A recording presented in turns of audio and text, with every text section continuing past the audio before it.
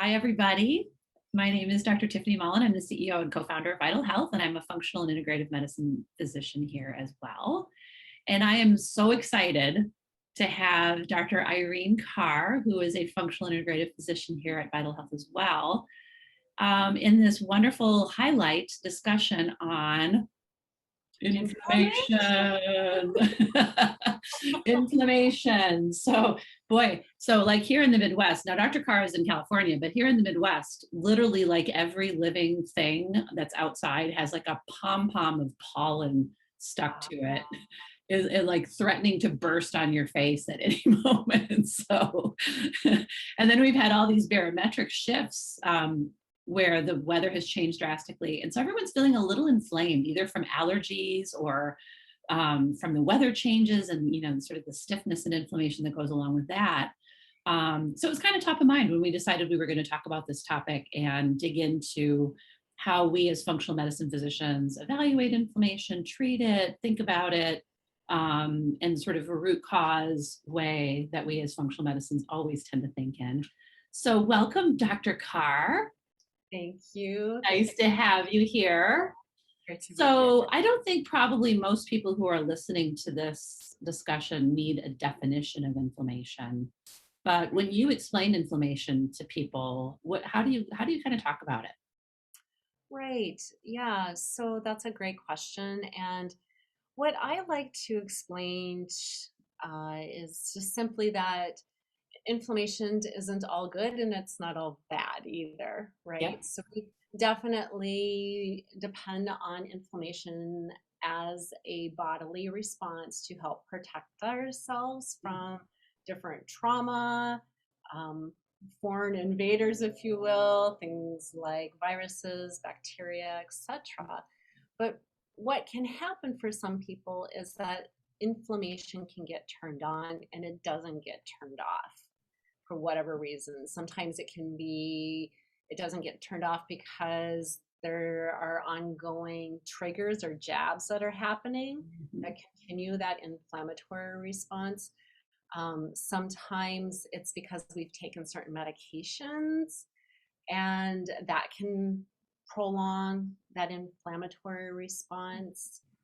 And then sometimes it's a deeper issue where we just have this low grade chronic inflammation that develops. And sometimes, there are a whole bunch of other things underlying that lead to where you're at today, and this can be an issue that's been going on for years and presents in a lot of different ways for different people. Depends on those triggers, individual triggers, as well as your genetics. For some people, chronic inflammation shows up as heart disease. For other people, it shows up as joint issues. For other people, it shows up as autoimmune conditions. Mm-hmm. There are lots of different ways it can present itself. Mm-hmm. Yeah, that's a really good point. And I appreciate the fact that you highlighted that this is inflammation, which gets a terrible rap, obviously. Like nobody wants to be inflamed, and we tend to think about like fighting inflammation, and we're always sort of anti-inflammatories. But you're right, there is a role for inflammation in the body, an important one, to keep us healthy and defend us against infections and help us heal wounds and things like that. We need a certain amount of inflammation. So keeping that in balance, I think, is a huge challenge for a lot of people. It's almost nearly impossible in our culture, I think, to not be provoked by inflammation in some way, shape, or form, right? And I'm thinking mostly, like when I say that, I'm thinking mostly like our lifestyle habits. And front and center in that one is nutrition and the food that we get in this country in general. Really like that is a big, big issue for so many Americans, is the fact that our food is so pro-inflammatory. So maybe talk a little bit about how foods inflame us. What's the mechanism or like root cause? Talk a little bit about that. So, I think there are lots of different potential mechanisms. One that I feel is really easy, if you will, to grasp, or at least in my mind, it's easy. It, Then it'll be easy for me too. it's our exposure to gluten. Mm-hmm. So every time any one of us, it doesn't matter whether you consider yourself a celiac disease person, a gluten sensitive person, or just your ordinary Joe, Mm-hmm. 100% of us, 100% of the time when we eat gluten, our junctions between our cells that line our intestines get leaky, if you will. Mm-hmm. And there's a certain amount of leakiness that's normal, but they get extraordinarily leaky when any of us eat gluten. Yeah. And then if we've not the gluten antigen, if you will, because all of these are foreign to our body normally when we have a functional, um, fully functional gut membrane barrier, then we're not seeing these particles of gluten in our system. So then that is getting exposed to our immune system. 80% of our immune system roughly lives in our gut. Yeah. And it starts going crazy because it says this is foreign. Yeah. And then an inflammatory response happens. And, probably most of us can handle that at least occasionally. Mm-hmm. But where we get into trouble so much is like, how many people do you know that have some form of gluten every single meal, every single day, Right. every day of the year for many, many years? Yeah. And then you throw in, if that person's eating when they're chronically stressed, that's impacting the gut barrier at that time as well, making things escalate. Yeah. And so, it just, or if we, genetics, we have these predispositions to things like autoimmune condition. Yeah.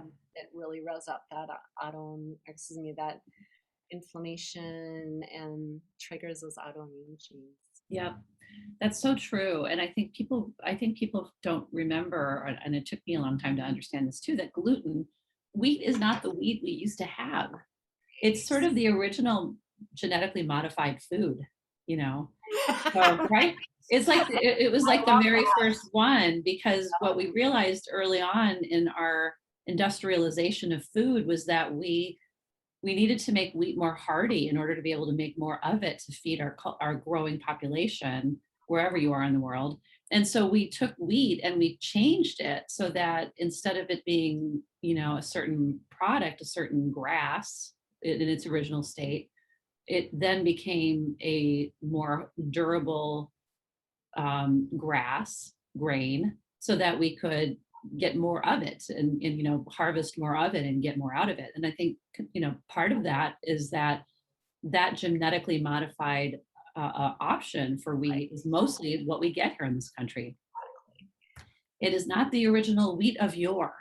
Right. And then on top of it, a lot of times now our crops are being sprayed with Roundup to help dry them out, and we get a big old dose of Roundup on top of this gluten. Thank you, Monsanto. Yeah. There's that part as well that's pro-inflammatory, those environmental chemicals.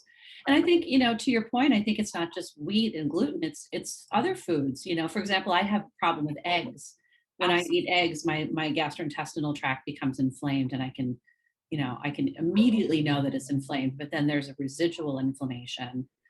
So gut, I think, we always talk in functional medicine about sort of gut being the center of our universe, quite literally. And you highlighted the fact that, 70 to 80% of our immune system is located in the gut, in this gut-associated lymphoid tissue, GALT, which, it's sort of like a major, major important interface between our environment and our immune system. I always think of it as sort of like traffic cops, or, like maybe like air traffic controllers, Absolutely. where there's like a lot of directing going on. And when that gut barrier is pulled apart, and those larger proteins, whether it's gluten, dairy, eggs, whatever it happens to be for you gets across that barrier, and all of a sudden that gulp looks at that molecule that's not supposed to be seen and is looking at it like, wait a minute, where's your passport? You need to show your passport. And then, attacks it, right?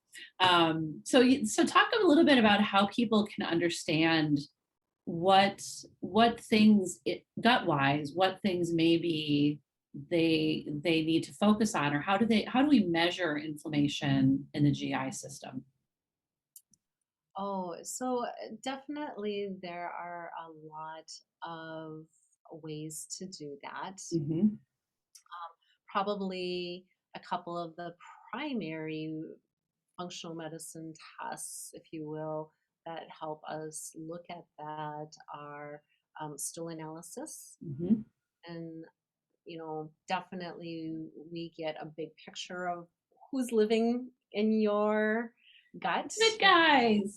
Back, how many of the what we call healthy commensal Mhm. bacteria, the guys that should belong there, that really help us out. They help, digest fiber, they make nutrients for us, all kinds of good things. Mhm. And how many of the not so good guys are there, and the not so good guys can wreak havoc and perpetuate any inflammation that's going on in the gut. And Yep. then there are other chemical markers that help clue us in, like secretory IgA Mhm. helps us know how well that barrier function may Mhm. be working. Um, there's also other things like beta glucuronidase, which Mhm. let us know, do you have some bad guys that are in there that are potentially interfering with elimination of some of the toxins that are ready to go out into the toilet. Um, and there are other things like calprotectin, which can tell us whether or not there's abnormal inflammation in the gastrointestinal tract. So those are some of the measures on a stool test. Mhm. You know, I think probably the biggest um, understanding that a patient and a provider can get in regards to things that are causing inflammation from the dietary standpoint is to do an elimination diet. Mhm. And I know that's a really big undertaking. I've done it myself a few Yes, me times. too, many times. Yeah. Yeah. And sometimes it's just you gotta wipe the slate clean and start from, Yeah. ground level. But Mhm. it's so amazing because, we kind of adapt to some level of inflammatory Yeah. triggers. Mhm. And until we actually remove them for a good period of time, we usually say a minimum of about 3 weeks. For some people, it may be longer. And Mhm. then we slowly start to reintroduce those major categories. Like we've already mentioned a couple, like dairy, eggs, gluten containing products, but also corn and soy are right up there causing troubles for Yeah, are many. those the big five that you tend to, when you do an elimination Yeah, diet, those are the ones that you take those out? are the Okay. those are the big five I Mhm. generally take out. Mhm. And depending on how, inflamed a person is, it might be just worthwhile to really, you know, cut it down even further and Mhm. go more for vegetables and sticking to, poultry and Yep. those types of things, and really taking that inflammation down. And then, Yeah, almost getting to like an elemental diet in a way.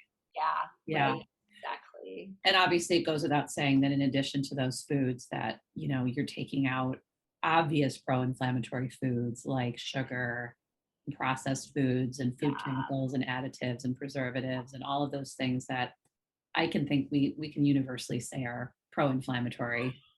not good. They're tasty, but they're pro-inflammatory. Right, So yeah, and but it's amazing when people do that, right? I mean, I've done it myself, but I've also had other folks that have gone through elimination diets or just a cleanse, like a right, food cleanse, and they've taken out all the pro-inflammatory foods and the big five and some other ones. And all of a sudden they're like, gosh, I My feel like drinking's gone. yeah, My my back thinking pain's is clearer. Like I feel like I've, taken several years off of my brain.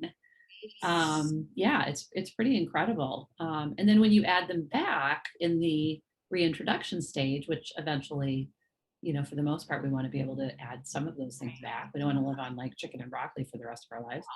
gone. Then you learn, then you figure it out, right? Yeah, that's a great And point. it's a moving target. And I Hmm. think like sometimes I don't know about you, but that's why I've done more than one elimination diet in my lifetime Yeah. is because it shifts. Mhm. And that's one thing always to keep in mind. Our bodies are constantly changing.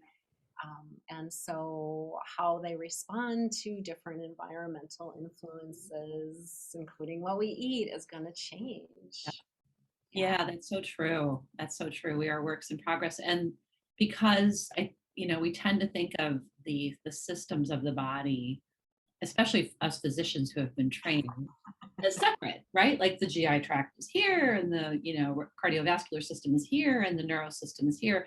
Like somehow they're in separate containers. And so to think about the fact that the gut is influencing the the vascular system and is influencing the neurologic system, and the fact that our nutrition could drive our Alzheimer's and that our depression may be a result of inflammation. Like we just don't tend to think that way. In functional medicine, we do. Right. But yeah, Right. all of these things are connected, and one impact in one area can have such broad impacts in other areas, like being able to think more clearly when you do an elimination diet, like the brain fog impact. That was huge for me. Oh, for sure, It was right? huge. Yeah. Yeah. So what are some of the things that you do to heal the gut? In addition to elimination diet, what are some of the other things that you do to restore an anti-inflammatory state to an inflamed gut? Right.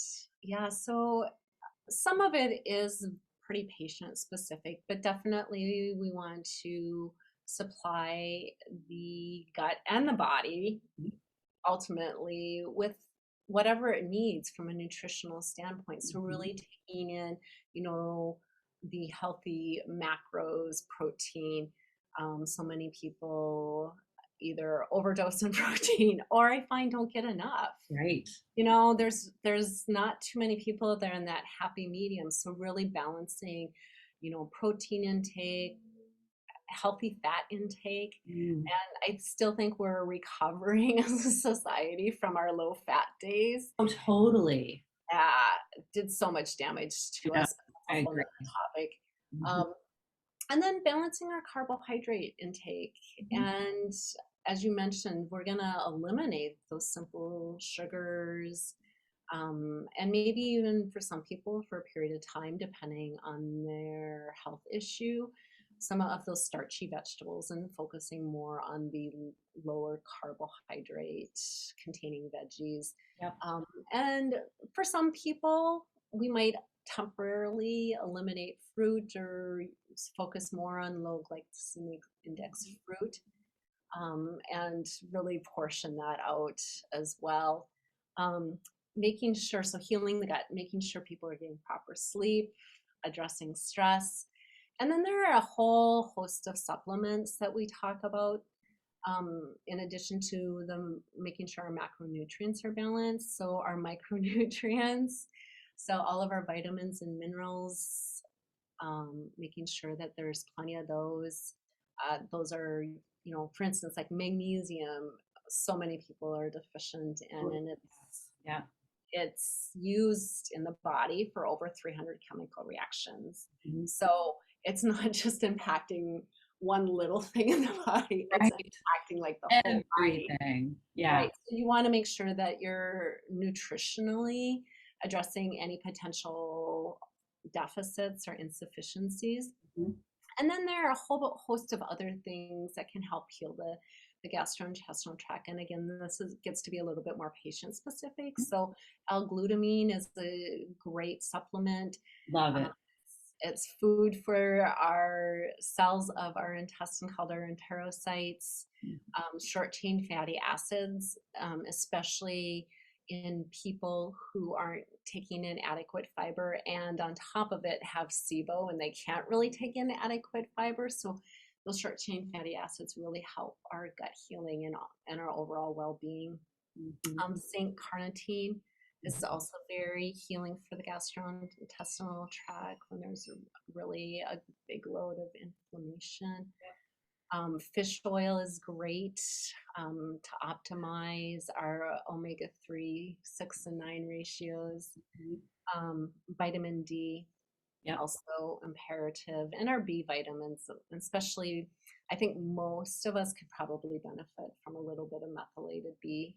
Totally. Yeah. I have not met a single person who hasn't had some methylation issues in there. Right. And it's so important. Like we think it methylation as one thing, but oh my gosh, it's so many things. Oh, I know. Different areas. Yeah. So true. Yeah, those are all really good. I sort of forget about the B vitamins, but you're right. I think that that's a really key one. And then I also think about turmeric or curcumin with some nuance, meaning like when I'm trying to do an anti-inflammatory gut regimen, I'll leave out BioPerine, which is the black pepper, so that it stays in the gut.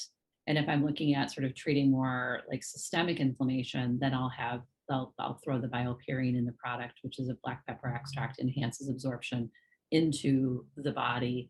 And I think, that has been very helpful for a lot of people just to kind of deflame in general. Sometimes I play with both of them. Like I'll do, sometimes with black pepper, sometimes without.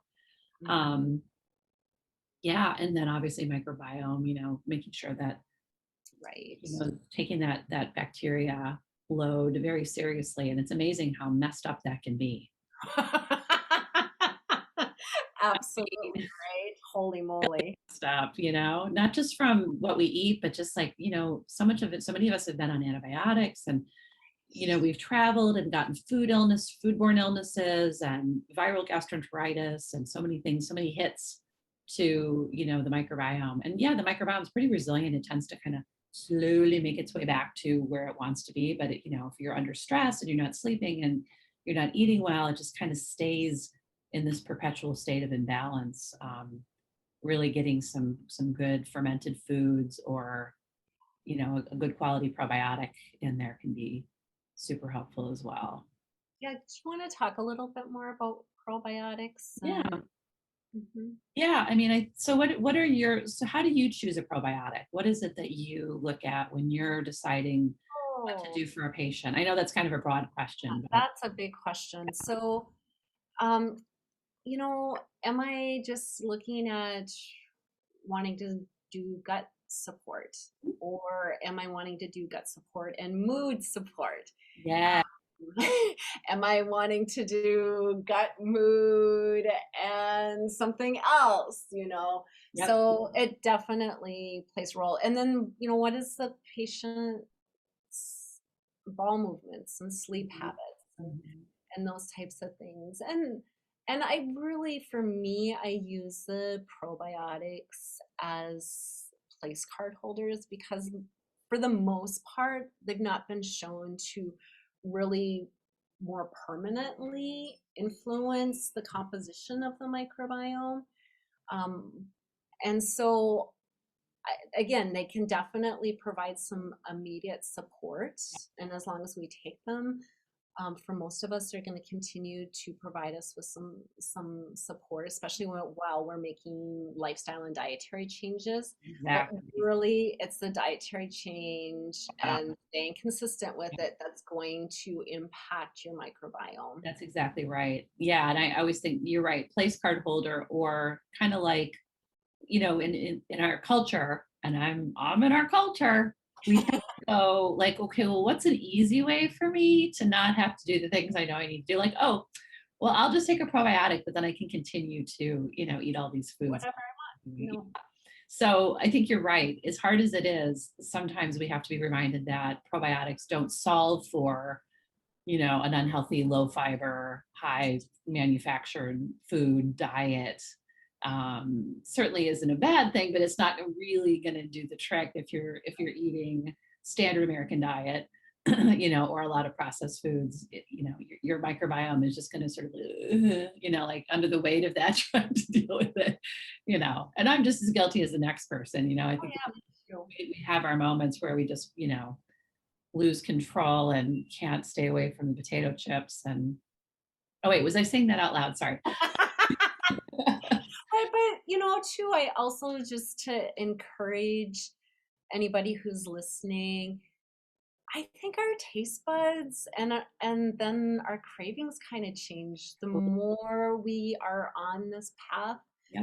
I see it time and time again, not only for myself and my husband, but also for the people that I'm working with and caring for. Like, you just don't want those Yeah. things that are not so good for you anymore. And even, my goodness, I can be at any type of party and there can be beautiful cakes, and I'm sure that at one point in my life I would have had to have at least one piece and probably more, like three.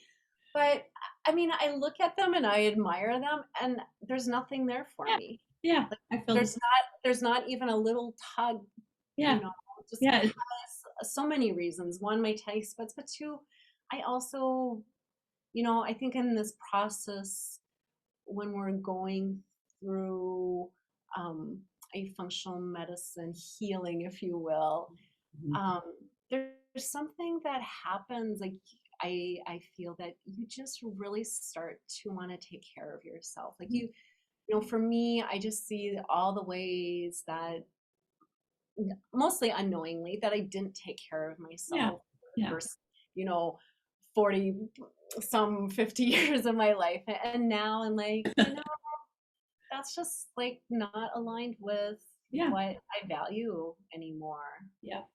Yeah. Yeah, no, I totally agree with you. I remember not being such a great vegetable eater growing up, and at some point in my adult life, deciding that, especially as I got into integrative and functional medicine, deciding that I needed to improve that and become a better explorer of the vegetable world. And all of a sudden, I just feel like I just crave those things more, And it's not about perfection, Oh.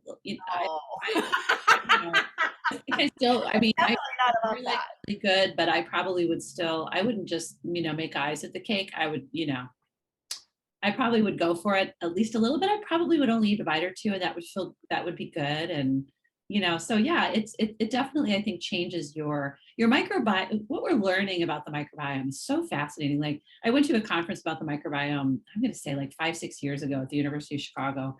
And we were talking about, we always have this idea about the gut brain, right? This idea that people have gut instincts, and the gut brain, meaning like some of the things that we think and do are probably derived directly from our microbiome, almost as if they have a voice.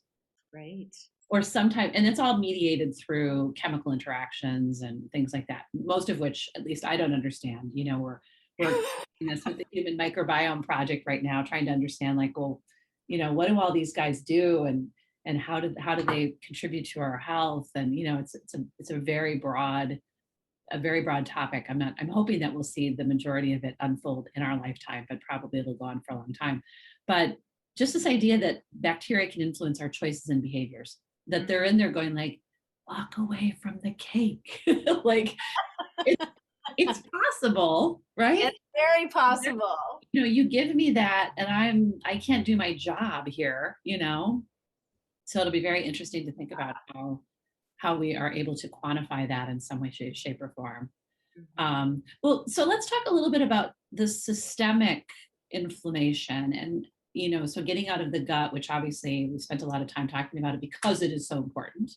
But what are some of the things that you do broadly across the population to evaluate inflammation in an individual, and sort of temporize that for them if you find it?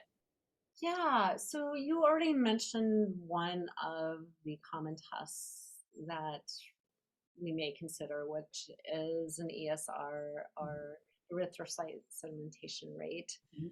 Um, Most of the tests that we have, before I go any further, to evaluate inflammation are pretty general. So it doesn't tell us so much where the inflammation is coming from. It really gives us, yes, it's present. No, it's not. Right, exactly. Could have a hangnail driving it for all we know. Right, right. Another one that's very common that we use is the C-reactive protein. Mhm. Um, and there are a couple of different types of C-reactive protein tests that are available. So there's the general one that I just mentioned, but there's a high sensitivity C-reactive protein that some providers will use, and especially in specific conditions that Yep, they're more of a cardiovascular, although it's not specific to cardiovascular disease, we tend to call it cardio CRP, and we use right. it a lot more in people who are being evaluated for cardiovascular risk, but it does have utility outside of that, I agree. Yeah. And then certainly you can start to look at a whole other array of different type of markers, and even some of the general labs that we get can suggest inflammatory processes. And Mhm. so maybe ferritin's not so general, but like for instance, if somebody's anemic or has a low red blood cell count, a ferritin test is often ordered. Yep. And you know, that is often low. Really, yes, that definitely correlates with anemia, but then you have to think, is there also an inflammatory reason underlying the anemia? Or high, or Or high. high Like too, I had a right? patient this past Either. week who had no, she just had a panel of blood work done just randomly, and a ferritin was included in it, and it was Mhm. high. Right. And it was kind of like, why would it be high? So especially in kids, I just remember in my training, ferritin can go up with infections and all, Right. sort of a Right. dirty inflammatory marker, even though it's the storage form of iron. It doesn't seem like it would be related, but there's definitely some people who have high ferritin or low ferritin as their you know indication of that. Yeah, right. Yep. Right. Mhm. Definitely. Yeah, and even white And then you get cow. clues in the complete blood cell count, depending on the ratios of different components of the white blood cells. Sometimes we get clues in a standard lipid panel. Sometimes we Mhm. get clues in your standard liver function profile. Um, so there's a whole uric acid is another one that sometimes Mhm. we'll get clues that there's Yep. an underlying inflammatory process. Um, and then obviously there are things that are a little bit more directive, like doing autoantibody testing. Mhm. In certain Testing people who people have who those symptoms or family histories, yeah. Mhm. exactly, Yep. exactly. What else do you use or look at? I haven't done this for a while, and so just talking through this subject matter with you as we were planning this discussion, I started to think about it again. But there is a test that you can do. It's a little bit outside the box, but you can actually look at some of the intermediaries for the inflammatory cascade. So in the body, as we mentioned way at the beginning of this conversation, there is a common point for anti-inflammatory and pro-inflammatory directions in the immune system. The anti-inflammatory side of that branch is mediated by alpha linolenic acid, and the pro-inflammatory is mediated by alpha linoleic acid.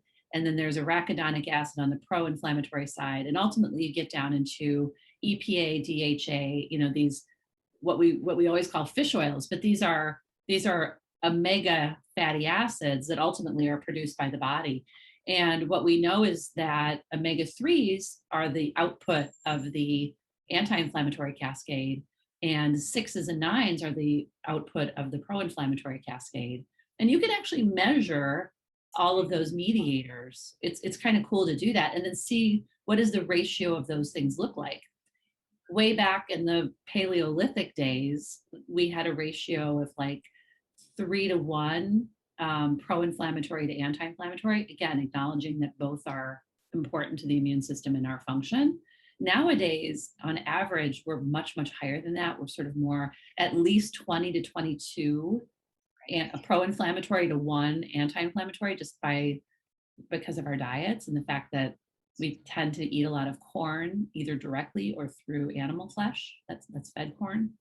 So I haven't done that for a while on folks, but I'm thinking about maybe getting back into measuring some of those things. It's a blood test, can be done quite simply, and just seeing if that might be a more impactful and actionable way to be able to look at where can I intervene, you know.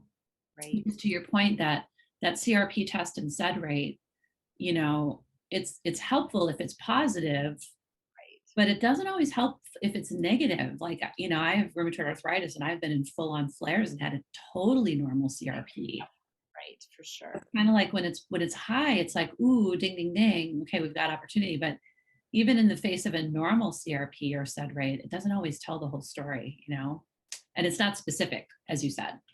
So it doesn't tell you like where to focus, that hangnail, for example. The ingrown toenail. Yeah. Oh, right. So yeah, that's really great. So are there any other kind of last wrap up points that you'd like to make about patients as they're thinking about how do I manage inflammation? How do I think about it? What do I want to ask my functional medicine doctor about? Right. So, I mean, two things I want to say, like food truly is medicine. And the longer, at least I'm on this path, the more and more my eyes open to that. Um, and, doing simple things like having, a cup of green tea. Oh, props. That's something, that you like and can enjoy. Yeah. It's so helpful because it's anti-inflammatory. Wild caught salmon, but mostly through the omega fatty acids, Yeah. anti-inflammatory. You mentioned turmeric. Mm-hmm. Cooking with spices. So many have anti-inflammatory properties. Right. Yeah. And it tastes good. Exactly. And it tastes good.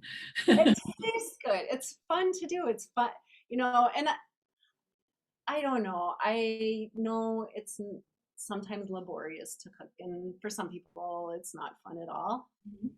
And it's also maybe a little bit of a mind state too to start to play with. Like, where can I be adventurous and creative? Because that's also one of our healing modalities that we like to tap into in functional medicine is where can I express my creativity? Yeah.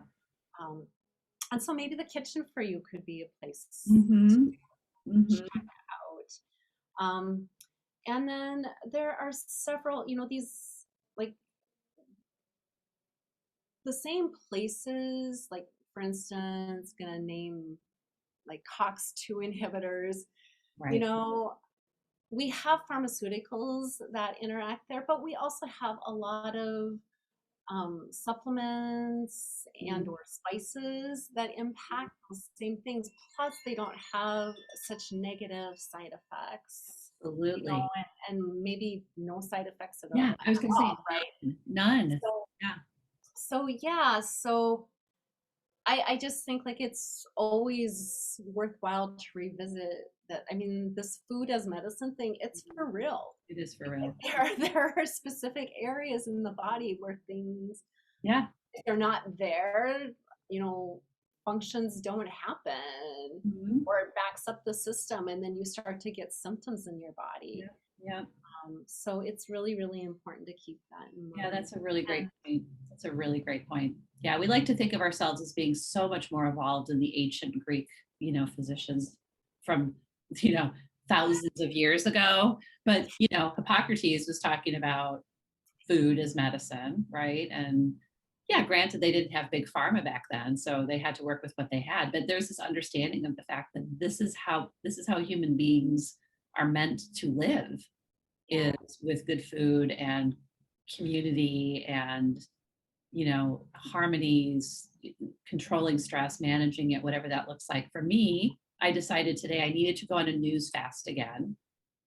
Mhm. So because I started to feel it, I started to realize I was going down some rabbit holes that weren't serving me with news. So I'm going to go on a news fast again for another couple weeks, which where I just, it's not that I want to turn my back on some of the world's problems, but I just decided that it was making me feel powerless and creating stress in my body and in my mind. And I just thought I'm not going to be as effective in taking care of myself and others if I do that. So, those And when there are really, really big things happening, you'll know. yeah. Oh, It absolutely. it finds us. If we really need to know, it finds us. Yeah, in this world, you don't have to go too far to get information. But well, this has been such a great conversation. And thank you I so much.